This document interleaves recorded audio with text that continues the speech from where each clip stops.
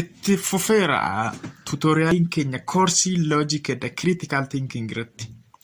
Egaa paartii darbe keessatti fallacy of weak induction sadan isaanii ilaallee turre. Paartii kana jalatti immoo sadan warra fallallachuudha. Fallacies of weak induction jahan isaanii xumurre jechuudha. San booda fallacy 14 xumurre jechuudha. Paartii kana booda fallacy meeqannaafa 8 qofannoof jechuudha. 22 keessa. Baay'ee gaarii. Fallacy of false cause dha. Inni arfaffaan fallacy of weak induction jechuudha. Weak induction egaa kan inni uumamu premising keenya yookaan rageessi keenya ragaan keenya yookaan evidensiin keenya weak yoo ta'e insufficient yoo ta'e gahaa miti yoo ta'edha jenneerra jechuudha. Ishee kana yaadachuu qabdu irraanfachuu hin qabdanii.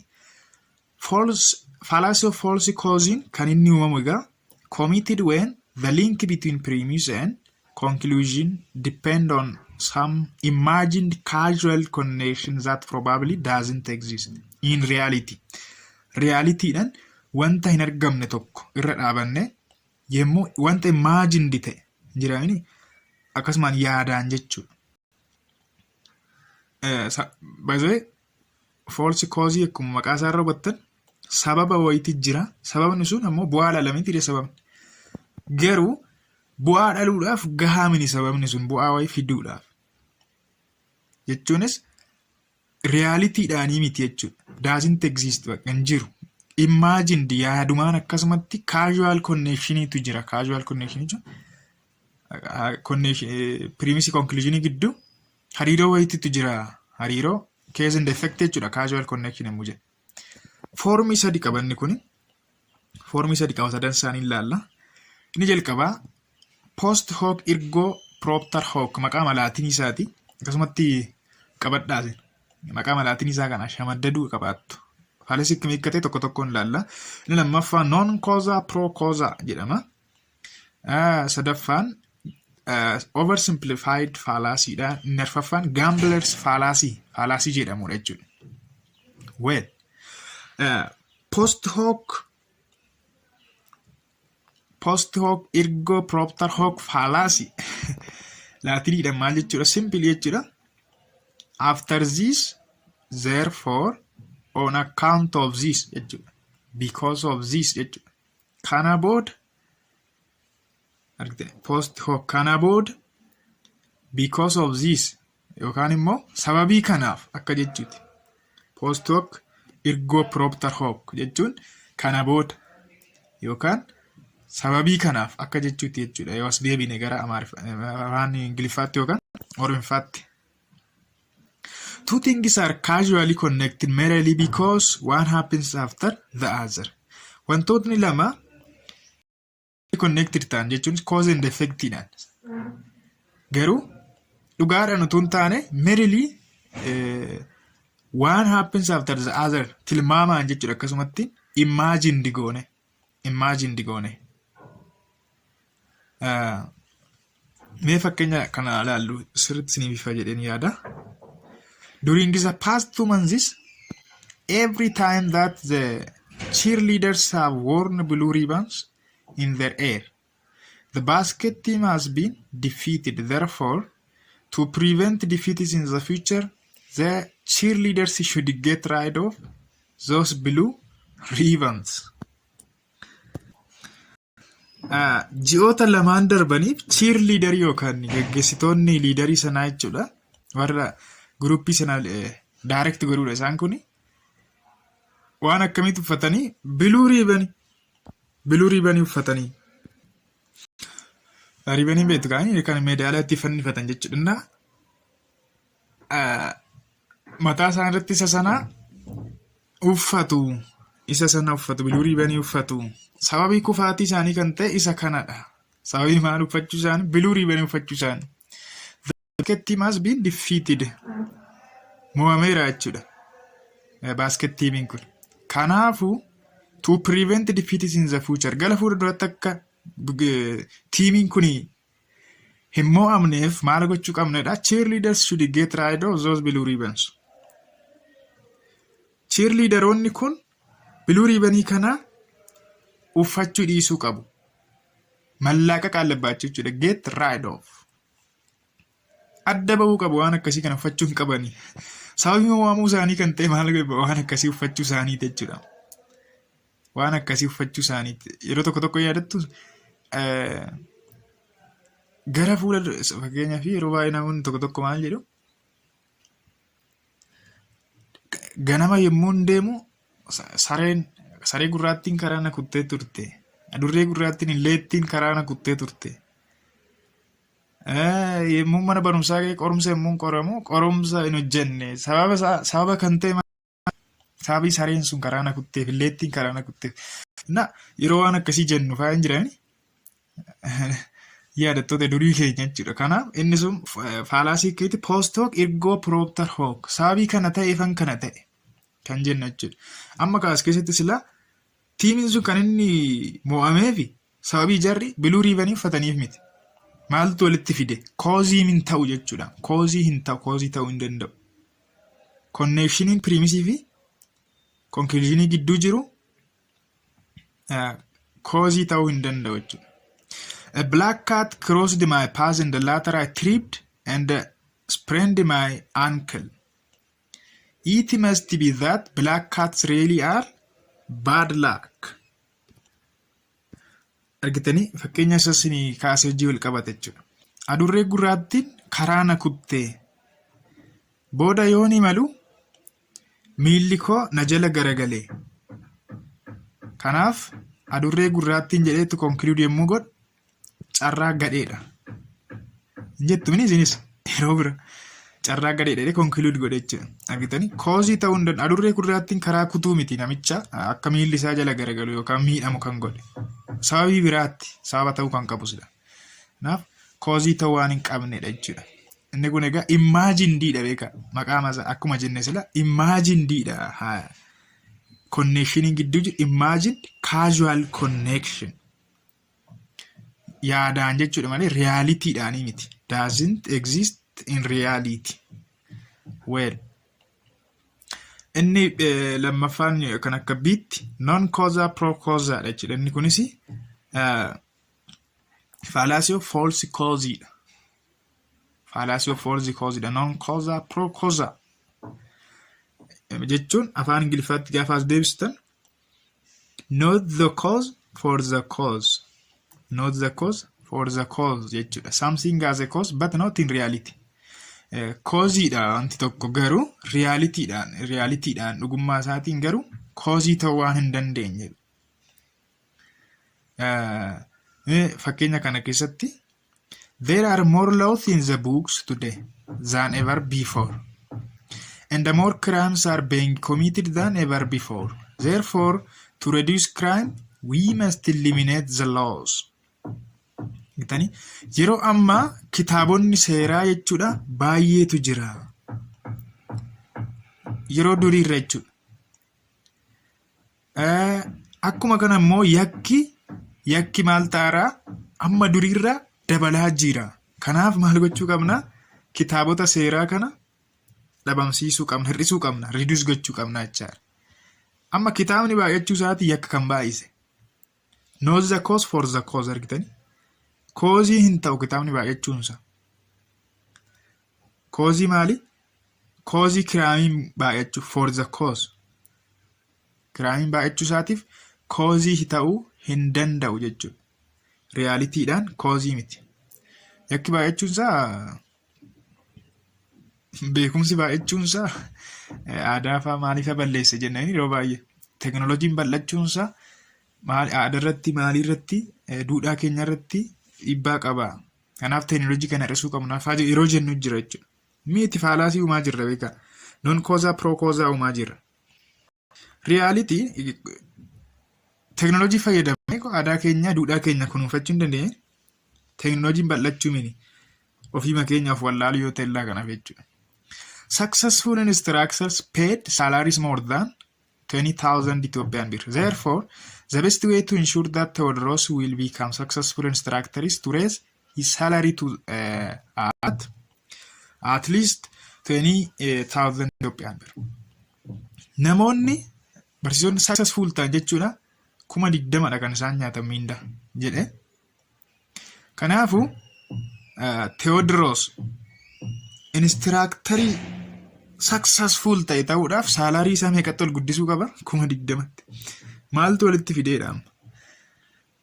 20,000 nyaachuu mini koozii ta'u maaliif successful ta'u instructorootaatiif 20,000 nyaachuutu hin taane waan biraadha jechuudha.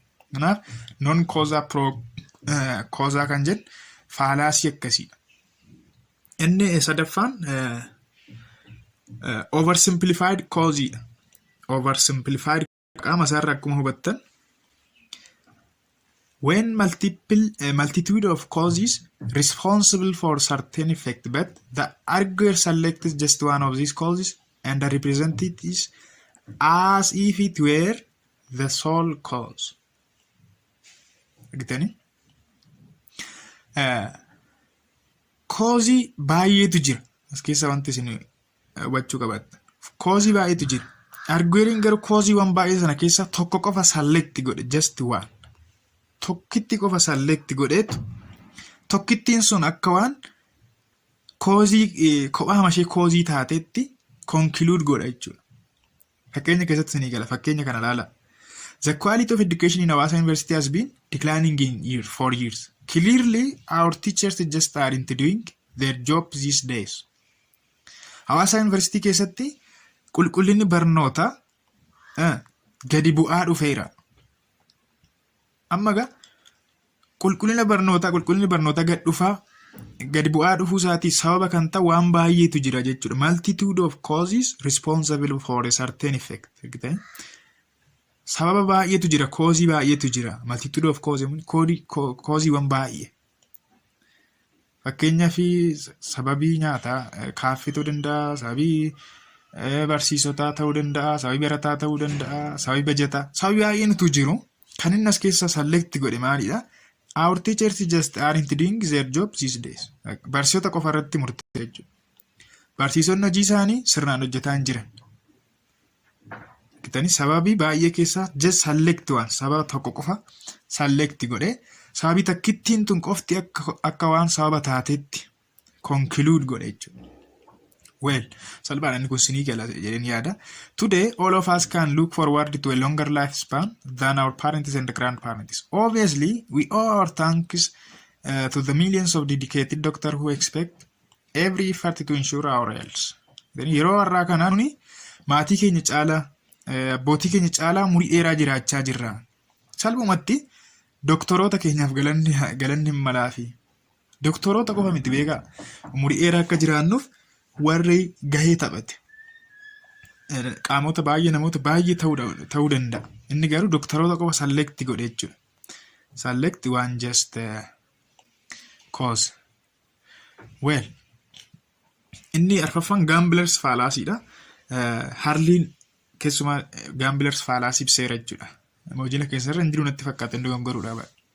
Gamblers fallacy game of chance keessatti kan inni argamu. Game of chance keessatti jechuun waan akka qumaaraa waan akkasii fa'aa jechuudha. Tapha hin jiraani game chance dha wal qabata. Fakkeenyaaf Abel has not won at bingo for the past 10 rounds, therefore he will certainly win the next round. Abel bingo hin moone marsaa 10 hin moone, kanaafu marsaa taanu kana hin moo jedha jechuudha. Maaliif argitanii?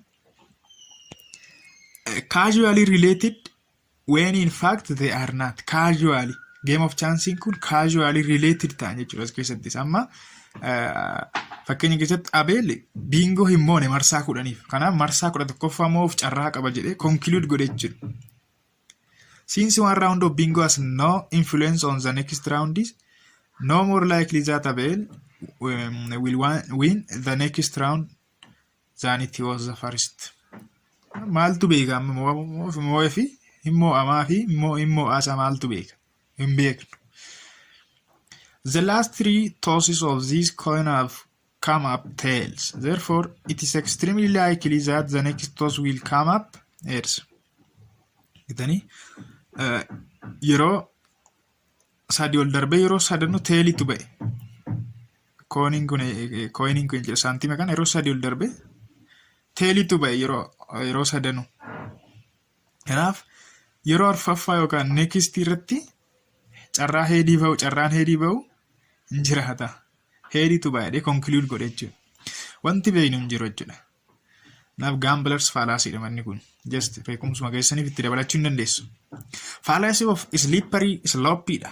Inni shanaffaan fallacy weak induction keessa jechuudha. Fi fallacy 13ffaan jechuudha.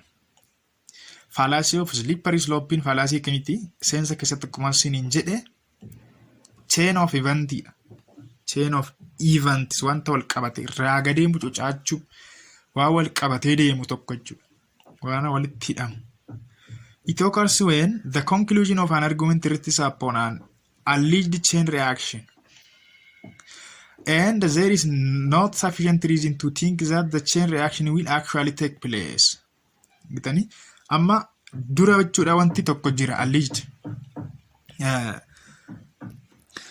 Jechuunis wanti beeknu yookaan wanti jedhame tokko jira jechuudha kana dura. Wanti jedhame tokko jira. Isarra dhaabanne akkasumatti itti fufa wanti suni jenne yemmuu conclude goonu yemmuu irraan gadee mucucaanu. Slippery slope argitani? Fakkeenya keessatti irratti ni gala itti deebinee ilaalla. I know the impetus for the whole tragedy in her life. She was jobless and has no other choice but to join bar ladies. Amma ka wanti beeknu isa kana jechuudha. Wanti beeknu ishee kanadha. Wanti beeknu as keessatti hojii akka isheen dhabde. Bakka fi akka bar lady join goote jechuudha. Jechuunis seetanyaa tadadaariin jedhani hojii akkasii irratti akka isheen bobbaa sababii hojii dhabdeef jechuudha. Amma wanti beeknu isadha jechuudha. Sababii hojii dhabdeef bar lady akka taate beekna. While she was working in bars, amma ka achirraatti fufeera jechuudha. Chainiin kun amma achirraatti fufaa jira. She becomes infected with HIV/AIDS. Bitani yemmuu achi keessa hojjettu akka seetanyaa tadadaariitti maal afaan oromootiin maal jedhama? Waan akkasii hojii salphaa hojii baay'ee hojii tuffatamaa waan ta'eef maqaa mayyuu waan qabuunse Oromoon waan akkanaa maqaa ittiin ba'a. Utuu waan hojii akkasii hojjettu HIVdhaan qabamti. Ammas immoo itti uffata. Qabamtee qofanniif tulaala. Dhundhula deemaa jira jechuudha. Slippery slopeidha waan ta'eef. Then she becomes bedridden patient and in the lost her life. Siree irratti hafti dhumarraa HIVdhaan qabamte siree irratti hafti dhumarraa jiruu ishee dhabdi. Jiruu ishee dhabdi. Jedheetu waanuma tokkitti waan beekurraa ka'e waan hin beekne tarreessa jechuudha. Hin beekamu. Sababii baarleedii qofa taateef HIVdhaan qabamuu dhiisuu dandeessi. Sanii irra darbeeyyuu immoo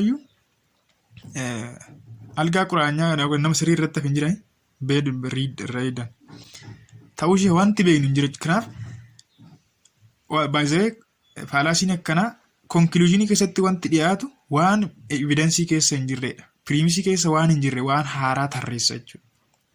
All this misfortune fall up on her due to her dismissal from the university in the first semester of the year. Kana ishee taasise egaa university keessa waan ari'amteef jedhe xumure jechuudha. Wanta beeynu wanta tokkorraa kaane yemmuu fakkeenya biraan siin dabalu. Asallaa keessatti harreen qalamaa jira. Amma kaa hin beekna yoo ta'e jechuudha hin beekna asallaatti harreen qalamaa jiranii warri naannoo sanatti naadinaati. Isa kana hin beekna akka faaktiitti jechuudha wanta beeknudha. Kanaaf isa kanarra dhaabannee amma maal jenna? Kun immoo tarii harreen qalama kun chaayinootaaf fe'ama jedhama mitiire. Leegaalii ta'eera natti fakkaata. Asallaa keessatti harreen qalame chaayinootaaf fe'ama. Kun immoo booda suuta namni hunduu akka foon harree nyaatu namni asallaa keessa jiru akka foon harree nyaatu taasisa. Kun immoo deemee namni Oromiyaa keessa jiru namni biyya kana keessa jiru hunduu foon harree nyaachuu bartee akka taasifatu ta'a. Kun immoo jenna ammasitti hufna laala. Hin beeknum garuu ta'eefi ta'aafi ta'uusa. Kun immoo duudhaa uummata keenyaa balleessa. Kanaaf jennee yommuu slippery slope deemnu jechuudha. Kanaaf cufamuu qaba warshaan harree foon harree cufamuu qaba jennee conclude gaafa goon slippery slope nu alaata jechuudha fallacy. Immediate steps should be taken to outlaw pornography. Fakkeenya lammaffaa. Once and for all. The continued manufacture and the sale of pornographic material will almost certainly lead to an increase in sex-related crimes such as rape and incest. This in turn will gradually erode the moral fabric of society and result in increasing crimes of the sort. Eventually, complete disintegration of law will occur, leading in the end to the total collapse of civilization. Amma wanti beeku arguin kun waan tokko qofaadha. Waa'ee pornograafiin jiraachuu isaa beeka. Kanarra dhaabateetu gaa waan hin beekne tarreessaa jira. Pornograafiin akkuma oomishamaa deemuun maaltu ta'a? Sex related crime yakkoota seksiidha wal qabatantu maal ta'a? Itti fufaa yookaan dabalaa. Fakkeenyaaf reeppii gudeeddii fi incest yommuu jennu immoo mana keessatti jira fira obboleettiin obboleessaa wajjin obboleessa yookiin haadhaa wajjin akkasii incest jechuudha. Baay'ee safuu kan ta'e jechuudha. Tabuudha miti. Isa kana babal'isaa jedha. Garuu hin beeknu hin bal'isaa fi bal'isuu isaa hin beeknu pornograafiin oomishamuu isaa beekna amma. Ziisin tarni jedha ammas achirra immoo gara biraatti ammas deemaa jira jechuudha. Ilaala. Slippery slope akkuma jennu dhundhula deemaa jira ammas. This in turn will gradually erode the moral fabric of society and the result jedha ammas. Kun immoo moraali safuu hawaasaa erode godha yookiinis duguugaa. Kun immoo yakka yookaan yakka babal'isa kun immoo akkanatti yoo itti fufee. Achirra immoo dhaabanne beeka ammas. Civilization dhumarra maadha? Leading jedha amma kun conclusion jechuudha. In the end to the total collapse of civilization wanti jedhamu qaroomina wanti jedhamu balleessa. Kanaaf pornography wanti jedhamu baduu qaba jechuu barbaadeetti dhaabachuu qaba. Slippery sloping fallacy akkasiiti. Inni jahaffaa fi weak inductionidhaaf inni dhumaan yookiin fallacy 14ffaan weak analogy. Weak analogy. Egaa seensa irratti akkuma siniin jedhe fallacy of weak induction gaaf jalqabu weak analogyin fallacy weak inductionidha. Weak induction keessaa tokkodha. Gaafa inductive argument gaafa ilaallu analogy warri ta'an hundi isaanii inductive argumentidha jennee turreen type of argument gaafa ilaallu. Analogiin kun yemmuu weakii ta'edha jechuudha. Fallacy'n weak inductioniin kan uumamu. Weakii kan ta'u immoo maal irratti hundaa'eeti? Number of similarity irratti hundaa'e. Number of analogy irratti hundaa'e jechuudha. Yemmuu wanti wal isaan fakkeessu baay'ee yoo ta'e attribuutii sun jechuudha. Strongii ta'aa gaafsan fallacy free ta'uu danda'a. Sirriitti ilaaluu qabaattu. Committed when the analogy between two or more things become weak. Kana spelling sirreessa. Argitanii similarity yookaan analogiin gidduu isaanii jiru gidduu wantoota lama yookaan sanaa olii jiru wantoota lamaati yeroo baay'ee yemmuu weakii ta'u dadhabaa yemmuu ta'u jechuudha. Object A is the attributes of A, B, C and Z. Object A kan jedhamu attribuutii waan kanneen qaba A, B, C, Z attribuutii afur qaba jedhaati yaada. Object B has attributes of A, B, C. Object B nis akkanuma attribuutii sadi qaba inni kun immoo A, B, C qaba laala. Wanti wal isaan fakkeessu yookaan number of analogiin isaaniis keessatti meeqa? Sadii jechuudha. A, B, C tu wal isaan fakkeessa. Therefore, object probably has attribute Z. Argitanii? Attribuutii biraa tilmaamne jechuudha. Waan isaan qaba wal fakkeessu irratti hundoofne. Amma attribuutii biin Z qabaatee fi qabaachuu dhiisuu isaa hin beeku. Attribuutii A garuu Z akka qabu beekna. attribuutii A fi B'n immoo yoo xiqqaate wanti sadii wal isaan fakkeessu waan jiruuf naaf tarii wal fakkaatu jennee yemmuu conclude goonuudha. Analogiin weak induction kan akkuma guddachaa deemu strongii kan ta'u yoo number of similarity isaa guddateedha. Baay'ee yoo ta'e jechuudha wanti isaa wal fakkeessu. Amma as keessatti fakkeenya Z hin qabu beekaa kun. Utuu Z qaba ta'e number of similarity isaa wal fakkaata wanti waan biraatiin wal fakkaachuu yoo baatan strongii ta'a. Carraan fallacy free ta'uu isaan jiraata. Fakkeenya kana immoo ilaalame. Taaddasaas new cars bright blue. Konkolaataa haaraan Taaddasaa kun biluudha. Has leather upholstery. Ammas wanti biraa attribuutiin inni makiinaan isaa qabu kun maggarrajaa yookaan maalidha?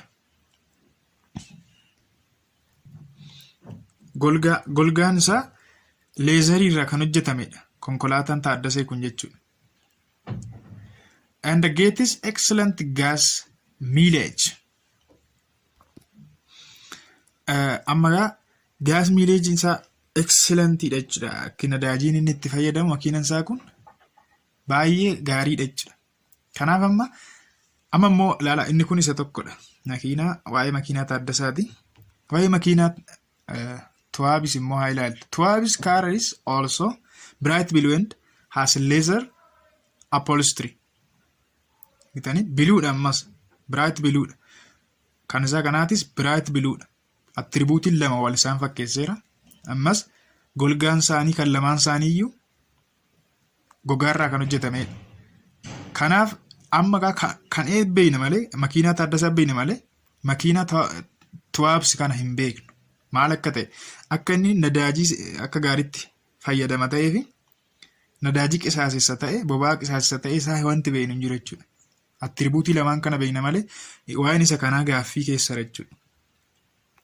Just sababii halluun isaanii wal fakkaatu maggarrajaan isaanii wal fakkaatu isarra dhaabannee maal godhaa irra jechuudha. Amma therefore probably it gets excellent gas mileage too jennee conclude goona jechuudha. Argitanii? Kanaaf weak analogiin fallacy akkasiidha jechuudha. Waan beeknu attribuutii beeknu irratti hundoofne fakkeenya biraas hin dabalu akkasumatti konkolaataan lamaaf fudhannu ammas konkolaataa jechuudha. Konkolaataan Olyad. Konkolaataa maaliin qaban? V8 qaban. V8. Konkolaataan Olyad V8 eessatti oomishama? Jaapaanis meediidha. Jaapaanitti oomishama. Konkolaataan Olyad V8dha. Baay'ee perfect yoo ta'e tarii wal fakkaachuu danda'a dhiisaa isinitti ta'a. Bichaa attribuutii wayii irratti hundoofne konkolaataa nama biraatis immoo finnee fakkeenyaaf sababii manni Jaapaanitti oomishameef sababii manni waan akkasii qabuuf konkolaataa Olyadiin wal qixa gaaf jennu weak analogy uumaa jirra jechuudha. Baay'ee gaarii. Egaa hordoftoota miidiyaa Dirree Barnootaa. Tuutoriyaaliin keenyarraa akkana fakkaata. Paartii itti aanu keessatti immoo fallacies of presumption ilaalla jechuudha. Wanti isiniif dhaamu telegiraama miidiyaa Dirree Barnootaa join godha. Miidiyaa Dirree Barnootaa telegiraama join godha. Waan update achirraa argattu fallacyiiwwan kanas immoo afaan Oromootiin kan qophaa'ee hin jira. PDF gabaabaa wayii achirraa hin argattu jechuudha. Odeeffannoowwan dinqisiisoo addunyaa yeroo yerootti gadhiifama achirratti join godha. Ulfaadha galatoomaa waan nafaana turtaniif isiniin jedha. Miidiyaa Dirree Barnootaa subscriber hin goone please subscribe godhaa ofittoo hin ta'inaa wanti isin miidhu hin jiru. Maatii mataa hin baay'anna maalika. Galatooma ulfaadha. Bye bye. Isiniin jaalladha.